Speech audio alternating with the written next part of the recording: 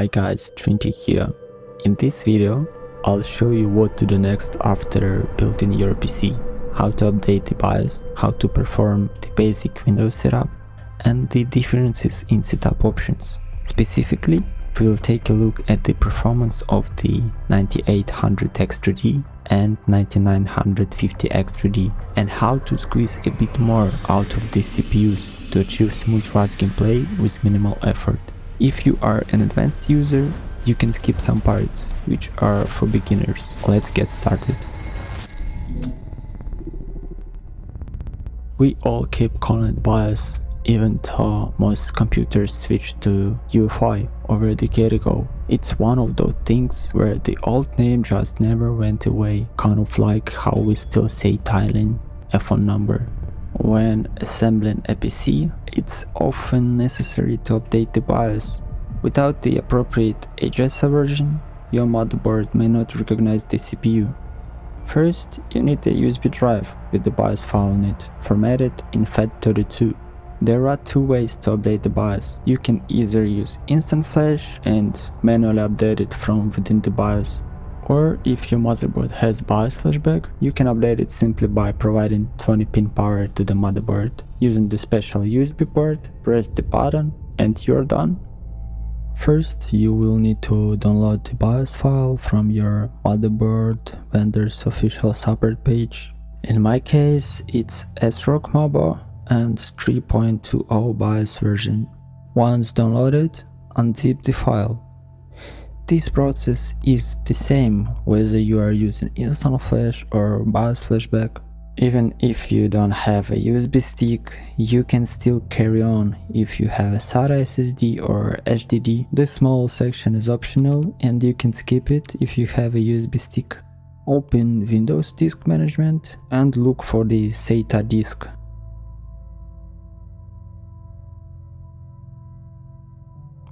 Select it and shrink some of its space, for example 50 megabytes. Right-click on this unallocated piece to create a simple volume. Then format the newly created partition as FAT32 to use it like a regular USB flash drive. This method is also useful when creating a bootable USB for a Windows installation. Okay, now you have ready to use USB stick and the extracted file needs to be copied on that drive. Its name varies among motherboard vendors, with ASRock calling it Instant Flash. To begin, power on your PC and repeatedly press the appropriate key, usually F2, F10, Del or Escape, to load into your BIOS. Once inside, navigate to the mFlash, QFlash or Instant Flash option. Then select your prepared BIOS file and initiate the update process. This procedure typically takes around 5 minutes and your PC may restart once it's complete, which is normal.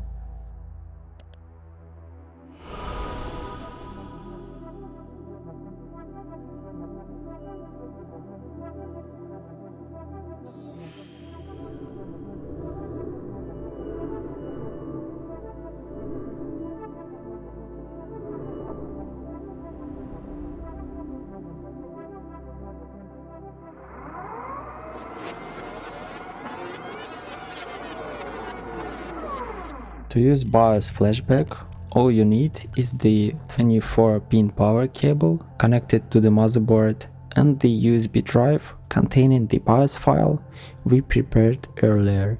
But unfortunately, you have to use USB stick and can't use SATA drive partition for this method. A critical difference for this approach is that you must rename your BIOS file according to your motherboard's manual. For example, my manual requires creative.rom. After that, locate the dedicated USB flashback port and the BIOS flashback button on your motherboard, then follow the specific instructions in your manual to complete the update.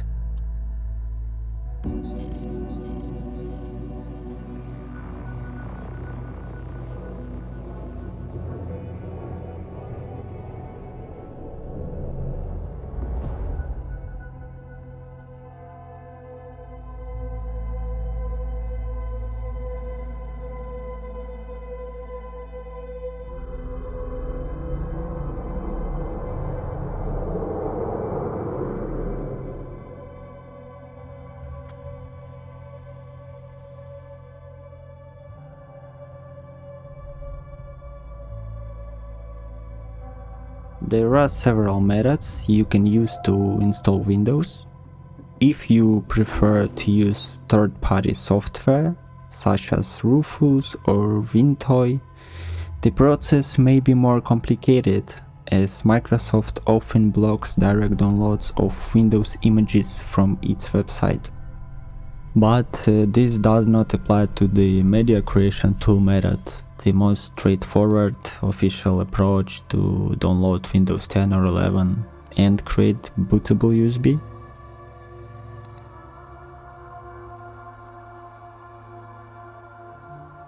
While the file is downloading, I will tell you a little about this diagram.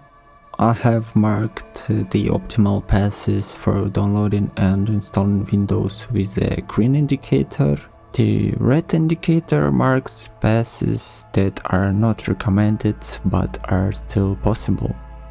There is also an option to download pure ISO file to use it in, for example, Rufus to get more flexibility. Recently, Microsoft has made logging in into a Microsoft account mandatory during installation, but there is a bypass. At the Choose a Country screen, open the console by pressing Shift plus F10 and type OOBE/bypass NRO. Type the next optional command in this graph if you got error. Then disconnect the internet using the command ipconfig/release or by manually unplugging the Ethernet cable. After selecting your keyboard layout, click I don't have internet button at the bottom of the screen and if prompted, continue with limited setup.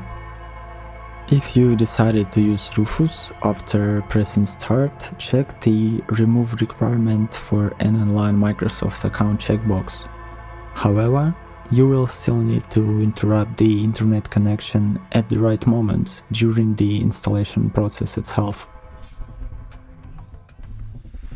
With the new 9000 series XRD chips, AMD updated its provisioning packages service, which creates a ppkg container with all your PC's configuration settings, without needing a fresh Windows install.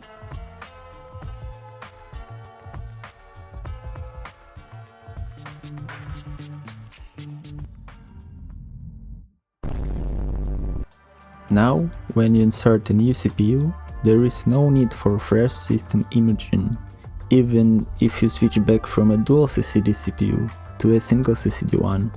So you should begin by visiting your motherboard's official page to download the available drivers. Your system might require Ethernet, VGA, Bluetooth or audio drivers. Everything you need can be found there. However, it doesn't guarantee that these are the latest versions of the drivers. You can find the latest Realtek or AMD chipset drivers on their official page. Absolutely do not use any third-party driver update utilities like Driver Easy, IOBit, etc., as they are unreliable and often problematic.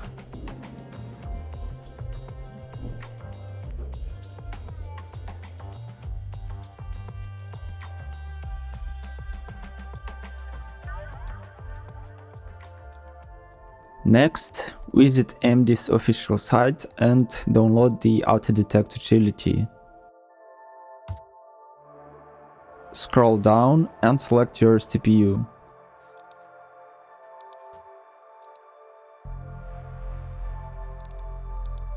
Then select and download the first driver option.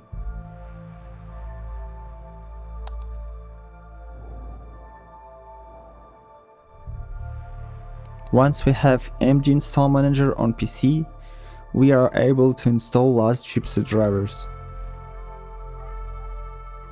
I'll speed up the process, but it will probably take you about 10 minutes. You won't have a chipset driver right out of the box, so you will see an unknown device in Device Manager. To solve this, go ahead and open the AMD Install Manager and install all the chipset driver packages. Remember to reboot your PC if prompted.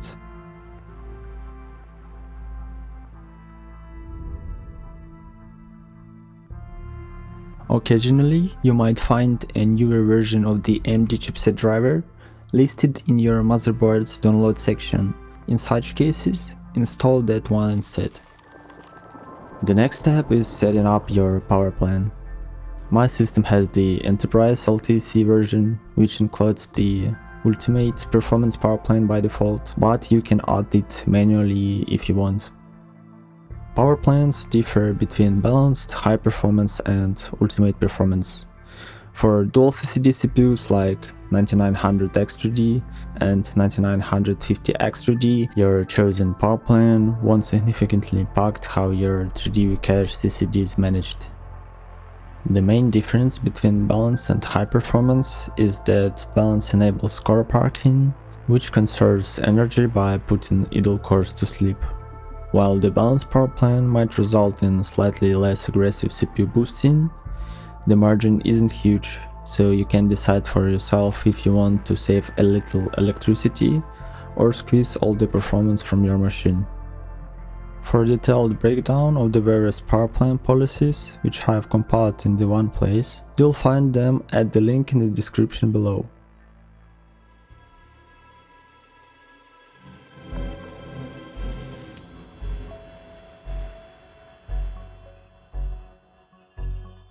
Let's dive into the testing and comparing these CPUs. Here you can see the specs. In this testing, I used air cooling size Fuma 3. It's not peak but high performance cooling, and spoiler, it does job well in game even with 9950 X3D. The settings are as slow as they can go.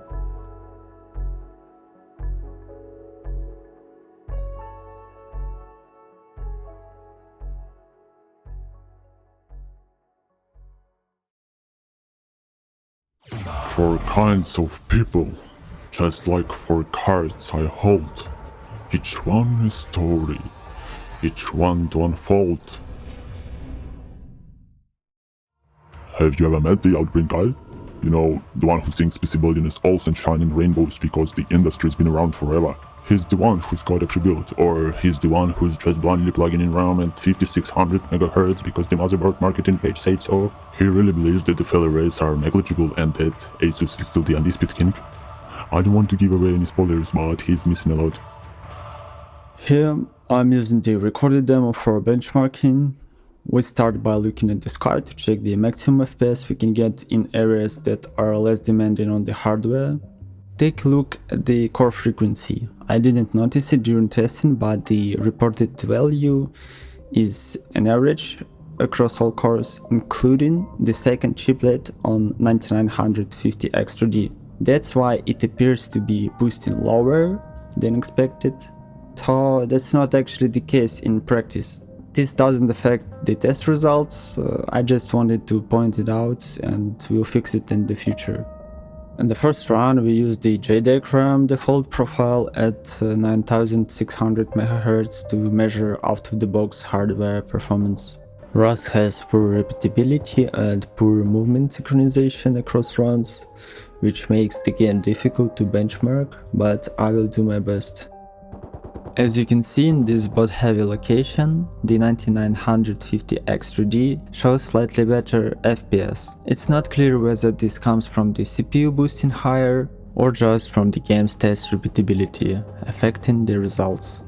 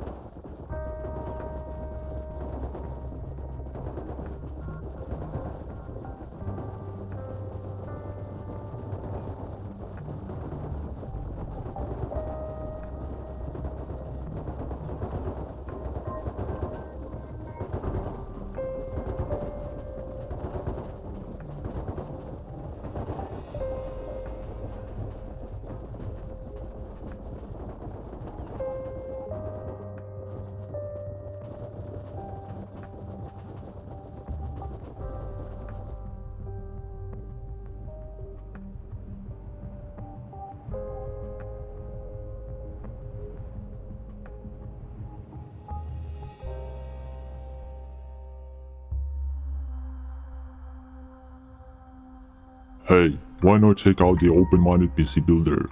They've done their homework, or at least watched some YouTube videos. They know enough to enable XMP or EXPO because they understand that there is more to performance than just stock settings. They're taking recommendations, evolving past the absolute basics, and starting to explore the nuances of the PC industry, which is really exciting. For this run, I use XMP profile 6400 Cell32, but lower on 200 MHz because my CPU integrated memory controller cannot handle it.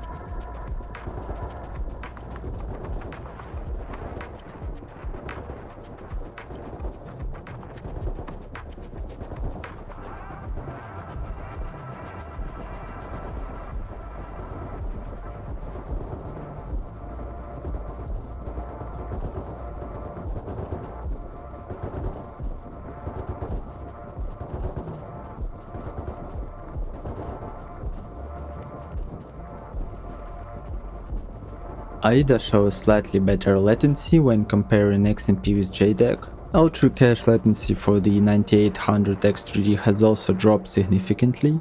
Therefore, we have seen an increase in the average FPS for this processor, while the performance of the 16-core CPU hasn't changed.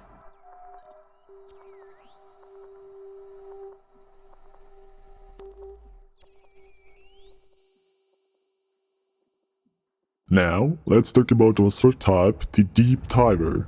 This person has not only enabled XMP, but has also taken the time to explore every little detail of their system, which is really impressive. They know the mainstream stuff, sure, but they are also digging into more advanced configurations, maybe trying out easy timings, recommendations from folks like Bullzoid, understanding how PBO works, and even tinkering with Curve Optimizer. For this benchmark pass, I used PBO2 with the Curve Optimizer set to -15 steps and 200 MHz CPU boost. I also loosened the secondary timings using Bullzoid's easy timings. All links are in the description below.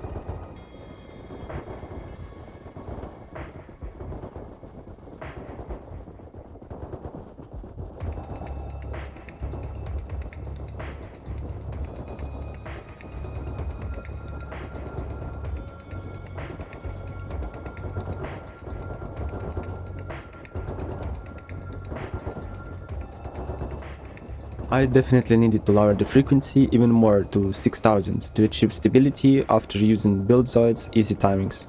Raise FCLK to 2067, and as a result we can confirm that there has been a significant decrease in latency. The situation is clearly a bit of a joke. CPUs just swapped, and this time only the 9950 X3D has received a 9% boost in average FPS.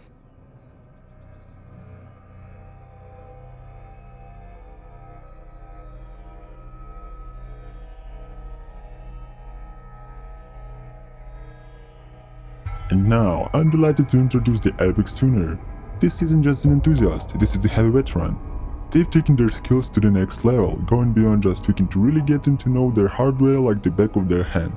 They're using some pretty cool techniques like voltage harmonization, manually tuning RAM to its absolute peak, and they've got the know-how to test and validate every setting to make sure everything stays super stable. You know, these are the people who have the pro tips and nuanced knowledge that makes them stand out from the crowd. What has changed this time? Pay close attention to the threads load graph. It's clear that only odd threads are loaded. To achieve this, use the CPU Affinity option. My previous video about the 9800X3D provides more detail on this. It gives us a free performance boost. The other improvements I will explain in a few minutes.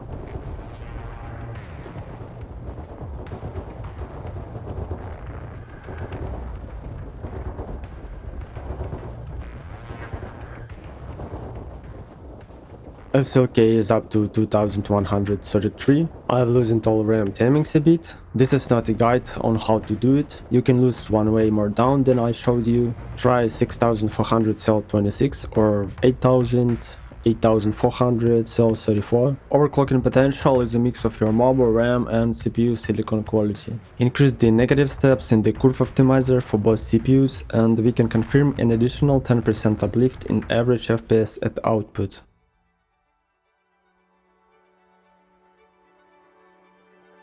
When comparing basic XMP or EXPO benchmarks with hand tuning, we see at least a 15% increase in average FPS. There is also a small uplift in 1% and 0.1% lows, which is surprisingly good news for Rust. As you can see, there is a margin of error between these two CPUs. So what are my recommendations? For most gamers, I suggest using BuildZoid easy timings for RAM, setting the curve optimizer to -15 steps, and applying a 200 MHz boost within PBO2. I also recommend enabling the CPU Affinity option. These settings should work well and remain stable for about 90% of PC users. For detailed guides, check out BuildZoid and Scatterbencher's YouTube channels. And don't miss my previous video, genius way to boost your Ryzen 7 9800X3D performance in Rust. To wrap it up, the 9800X3D is the best value if you're only gaming. But if you want the upgraded version with higher boost clocks, 8 extra cores, then the 9950X3D is the smarter choice. It's the one to get if you need a powerhouse for both gaming and productivity, or if the FPS per dollar ratio doesn't matter to you. If you enjoyed this video, hit like and subscribe so you don't miss future updates. See you!